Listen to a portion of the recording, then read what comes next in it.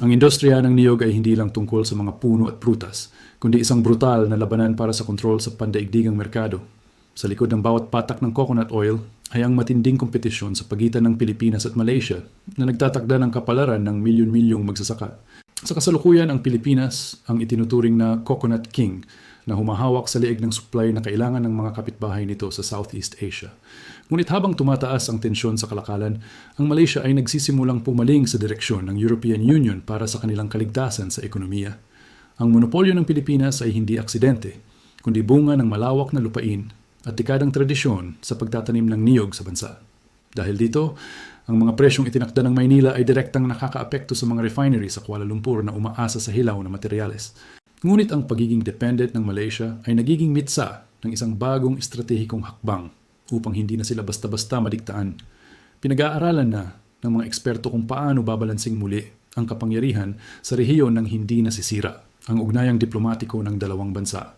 Ang European Union naman ay pumasok sa eksena na may dalang mahigpit na regulasyon at mataas na pamantayan para sa kalidad ng langis. Ito ang naging bagong entablado kung saan ang Pilipinas at Malaysia ay kailangang magpatunay ng kanilang husay sa sustainability at etika. Sa ilalim ng EU Green Deal, ang bawat kargamento ng coconut oil ay sinusuri ng maigi para matiyak na walang naganap na deforestation sa proseso. Ang hamong ito ay nagpabago sa laro dahil hindi na sapat ang dami ng produkto, kundi ang kalinisan ng produksyon ang binabayaran. Habang hinihigpitan ng Pilipinas ang kanilang control sa export, ang Malaysia ay mabilis na nakikipag-ugnayan sa mga European buyers para sa mga premium na kontrata. Ito ay isang klasikong galaw ng bansa na gustong kumawala sa anino ng isang dominanting supplier sa rehiyon. Ang tanong ng marami ay kung hanggang kailan kayang panindigan ng Pilipinas ang kanilang posisyon bago maghanap ng ibang alternatibo ang buong mundo. Ang ekonomiya ng niyog ay parang isang higanting chessboard kung saan ang bawat shipment ay isang mahalagang piyesa ng laro. Ang totoo, ang pagbabagong ito sa global supply chain ay nagpapakita na walang permanenteng leader sa isang merkado na mabilis magbago. Ang kompetisyon ay nagiging dahilan ng inobasyon, ngunit nagdadala rin ito ng panganib para sa mga hindi makakasabay sa bilis ng panahon. Sa gitna ng mga geopolitical na isyung ito, ang maliliit na magsasaka ang madalas na naiipit sa gitna ng mga pulisiya at taripa. Sila ang tunay na pundasyon ng industriya, ngunit sila rin ang unang nakakaramdam ng epekto ng anumang pagbabago sa pandaigdigang presyo.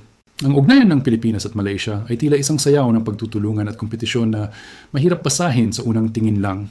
Habang ang Pilipinas ay patuloy na nagpapalawak ng kanilang mga taniman, ang Malaysia naman ay nagbubuhos ng pondo sa research at development para sa mas mataas na value-added products.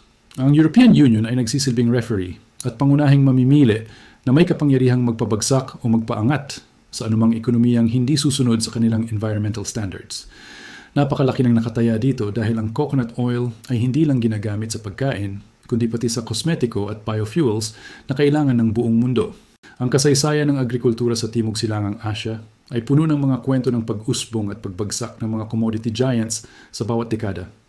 Sa kaso ng coconut oil, nakikita natin ang paglipat ng sentro ng kapangyarihan mula sa dami ng produksyon patungo sa kalidad at pagsunod sa batas.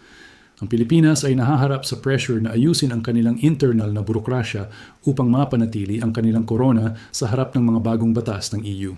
Samantala, ang Malaysia ay hindi na lang basta refinery hub kundi nagiging isang tech-driven agricultural player na handang makipagsabayan sa kahit kanino sa merkado. Ang dokumentaryong ito ay base sa pananaliksik at mga available na sources. Ang layunin nito ay magbigay ng impormasyon at hindi upang kumontra sa anumang posisyong politikal ng mga bansang nabanggit. Mahalagang maunawaan na ang terminong monopolyo ay madalas gamitin sa ekonomiya para ilarawan ang dominance ng isang bansa sa supply ng isang partikular na hilaw na materyales. Ang Pilipinas, bilang pinakamalaking exporter, ay natural na may malakas na impluensya sa kung paano gumagalaw ang dolyar sa industriyang ito bawat taon. Ang Malaysia, sa kabilang banda, ay may mas advanced na infrastructure sa pagpoproseso, kaya naman ang kanilang symbiosis ay mahalaga, ngunit puno rin ng mga lihim na alitan. Ang pagpasok ng EU regulations ay tila naging isang wake-up call para sa parehong bansa na ang lumang sistema ng kalakalan ay hindi na uubra. Hindi sapat na sabihing ang Pilipinas lang ang may kasalanan o ang Malaysia lang ang naghahanap ng butas sa sistema ng rehiyonal na kalakalan. Ang bawat bansa ay kumikilos para sa kanilang pambansang interes, lalo na't libu-libong pamilya ang umaasa sa industriya ng kopra at langis ng niyog. Ang pakikipagnegosasyon sa European Union ay hindi biro dahil nangangailangan ito ng transparency sa supply chain na dati ay hindi naman hinihingi ng ibang mga buyer. Ang geopolitical na aspetong ito ay nagpapakita na ang agrikultura ay isa ring anyo ng diplomasya kung saan ang bawat tonelada ng langis ay may katumbas na boses. Dahil sa mga limitasyong ipinapataw ng mga bansang kaluranin, napipilitan ng mga producer sa Asia na magkaisa o kaya naman ay mas lalong magkompetensya.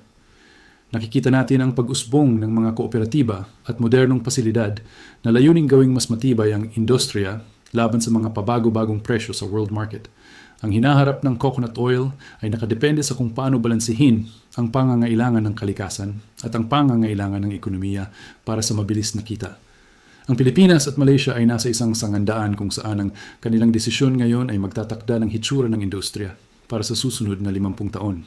Ang kwento ng niyog ay kwento rin ng pag-angkop ng mga bansa sa Asia sa mga dikta ng globalisasyon at modernong pamantayan ng pamumuhay.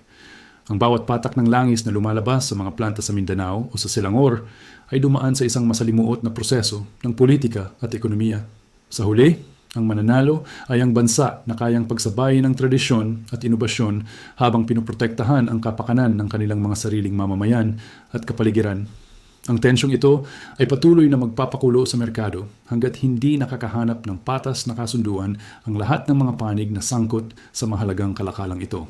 Dapat nating bantayan ang mga susunod na hakbang ng mga gobyerno dahil ang bawat polisiya ay may domino effect sa presyo ng bilihin sa buong mundo.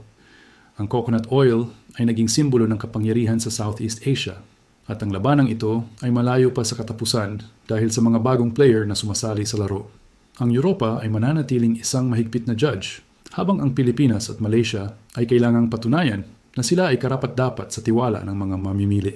Ang pagsusuri sa mga datos at trends ay nagpapakita na ang monopolyo ay unti-unti nang nagbabago ang anyo tungo sa isang mas komplikadong network ng kalakalan. Sa pagtatapos ng pagsusuring ito, malinaw na ang coconut oil ay higit pa sa isang sangkap sa kusina. Ito ay isang instrumento ng geopolitics na may malalim na ugat sa kasaysayan. Ang Pilipinas ay kailangang maging mas flexible sa kanilang mga terms, habang ang Malaysia ay dapat pang mas galingan ang kanilang diversification upang hindi maging biktima ng market volatility. Ang European Union naman ay patuloy na magsisilbing benchmark para sa sustainability na siyang magiging standard ng lahat sa hinaharap. Ang balanse ng kapangyarihan ay maaaring magbago, ngunit ang kahalagahan ng niyog sa ating rehiyon ay mananatiling hindi matatawaran kailanman. Paano nga ba tayo makakasiguro na ang bawat magsasaka ay makikinabang sa mga bilyong dolyar na kinikita ng mga malalaking korporasyon at gobyerno? Ang sagot ay nasa transparency at sa tamang pagpapatupad ng mga batas na hindi lang pumapabor sa mga nasa itaas, kundi pati sa mga nasa laylayan ng lipunan. Ang kompetisyon sa pagitan ng mga bansa ay dapat magsilbing inspirasyon para mas pagandahin ang serbisyo at produkto kaysa maging dahilan ng pagkakawatak-watak. Sa huli, ang layunin natin ay isang matatag na industriya na kayang humarap sa anumang hamon ng panahon, may monopolyo man o wala.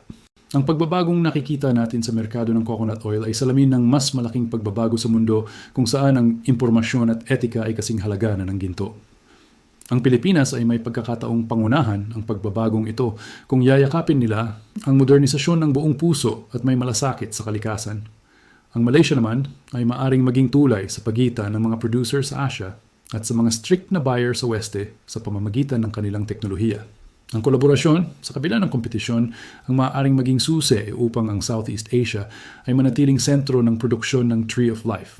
Habang pinapanood natin ang paggalaw ng mga barko sa karagatan na may dalang toneladang coconut oil, maalala sana natin ang pawis at hirap na puhunan dito. Ang bawat desisyon ng mga leader sa Maynila, Kuala Lumpur at Brussels ay may mukha at pangalan ng mga taong umaasa sa niyog para sa kanilang kinabukasan. Ang katotohanan sa likod ng industriyang ito ay hindi lang makikita sa mga graph at numero, kundi sa buhay ng bawat pamilyang Pilipino at Malaysian na nagtatanim nito. Patuloy nating susubaybayan ang kwentong ito habang ang mundo ay patuloy na umiikot at ang merkado ay patuloy na nagbabago. Ang pag-unlad ng teknolohiya sa CapCut at iba pang AI tools ay nagbibigay daan upang mas madaling maibahagi ang mga ganitong uri ng malalim na pagsusuri sa mas maraming tao. Ang boses ng katotohanan ay dapat umalingaw-ngaw upang ang bawat consumer ay magkaroon ng sapat na kaalaman tungkol sa produktong kanilang binibili at ginagamit. Sa bawat pagpindot natin ng share or like, nakakatulong tayo sa pagpapalaganap ng diskurso tungkol sa katarungan sa kalakalan at proteksyon sa ating likas na yaman. Ang paglalakbay ng coconut oil mula sa puno hanggang sa Europa ay isang sining at agham na dapat nating lahat na pahalagahan. Maging bahagi ng diskusyon sa pamamagitan ng pag-iiwan ng iyong opinyon sa comment section tungkol sa kung paano dapat balansehin ang monopolyo at patas na kompetisyon sa ating rehiyon.